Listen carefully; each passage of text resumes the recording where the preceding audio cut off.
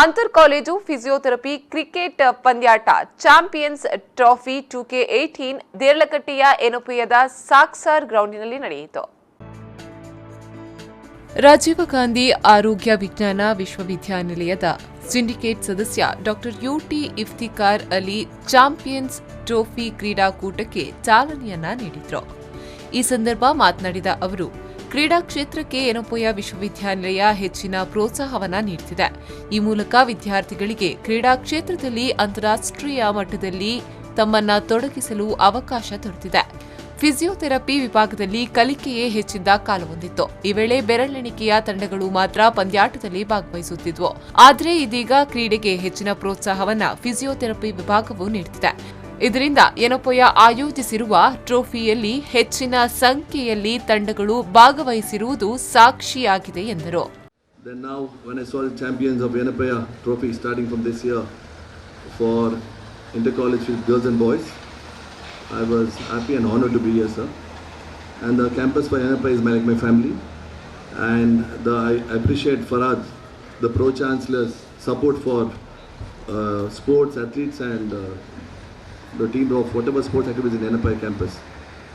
Then much more, I'm not going to speak more because you're...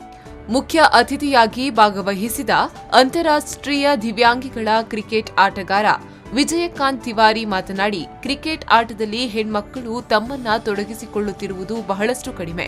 ಆದರೆ ಎನಪೋಯ ಆಯೋಜಿಸಿರುವ ಟ್ರೋಫಿಯಲ್ಲಿ ಪುರುಷ ತಂಡಗಳಿಗೆ ಸಮಾನರಾಗಿ ಮಹಿಳಾ ತಂಡಗಳು ಭಾಗವಹಿಸಿರುವುದು ಉತ್ತಮ ಬೆಳವಣಿಗೆ ಎಂದರು. ಎನಪೋಯ ಪರಿಗಣಿಸಲಾಗಿರುವ ವಿಶ್ವವಿದ್ಯಾಲಯದ ಕುಲಸಚಿವ ಡಾ ಕೆಎಸ್ ಗಂಗಾಧರ್ ಸೋಮಯಾಜಿ ಕಾರ್ಯಕ್ರಮದ ಅಧ್ಯಕ್ಷತೆಯನ್ನ ವಹಿಸಿ ಮಾತನಾಡಿದರು. So very nice to see so many teams participating, especially when we are conducting this kind of program for the first time here.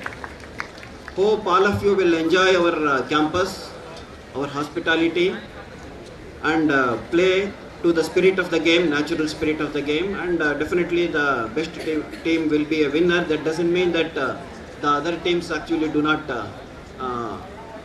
have the qualification to be a part of this event. All the teams are in fact good. The best team will win. That is always the ಅಂತಾರಾಷ್ಟ್ರೀಯ para athlete MR Mahesh Gowda, ವೃತ್ತಿಪರ cricket ಆಟಗಾರ ಮತ್ತು RM ಸ್ಪೋರ್ಟ್ಸ್ನ ಸ್ಥಾಪಕ ರಾಜೀವ್ ಮಿಶ್ರಾ ಮುಖ್ಯ ಅತಿಥಿಗಳಾಗಿದ್ದರು. ಎನಪೋಯ ಕ್ರೀಡಾ ಸಮಿತಿಯ ಮುಖ್ಯಸ್ಥ ಮೊಹಮ್ಮದ್ ಬಾವಾ P, Yenepoya physiotherapy ಕಾಲೇಜಿನ ಪ್ರಾಂಶುಪಾಲ ಪ್ರೊಫೆಸರ್ ಎಸ್ ಪದ್ಮಕುಮಾರ್, ದೈಹಿಕ ಶಿಕ್ಷಕ ಸಹಾಯಕ ನಿರ್ದೇಶಕಿ ಶಿಲ್ಪಶ್ರೀ, ಕಣಚೂರು ಫಿಸಿಯೋಥೆರಪಿ ಕಾಲೇಜು ಪ್ರಾಂಶುಪಾಲ ಡಾ ಸುಹೇಲ್, ಎನ್ಎಸ್ಎಸ್ ಅಧಿಕಾರಿ ಶೇಮ್ಜಾಜ್ ಅರಕ್ಕಲ್ ಎಂ, ಸಂಘಟನಾ ಕಾರ್ಯದರ್ಶಿ ಕಾಜಾ ಮೊಹಿಯುದ್ದೀನ್, ಕ್ರೀಡಾ ಕಾರ್ಯದರ್ಶಿ ಶೇಖ್ ರಶೀದ್ ಉಪಸ್ಥಿತರಿದ್ದರು. ಈ ಸಂದರ್ಭ ಸಂಸ್ಥೆಯ ವತಿಯಿಂದ ಡಾ ಯುಟಿ ಇಫ್ತಿಕಾರ್ ಅಲಿ, ವಿಜಯಕಾಂತ್ ತಿವಾರಿ, ಎಂಆರ್ ಮಹೇಶ್ ಗೌಡ, ರಾಜೀವ್ ಮಿಶ್ರಾ, ಅಬ್ದುಲ್ ರಜಾಕ್ ರವರನ್ನ ಸನ್ಮಾನಿಸಲಾಯಿತು.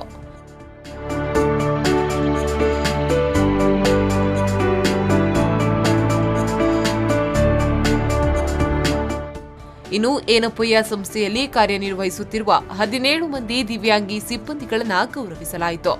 ಜೊತೆಗೆ ಅವರಿಗೆ ಗಾಲಿ ಕುರ್ಚಿಗಳನ್ನು ವಿತರಿಸಲಾಯಿತು.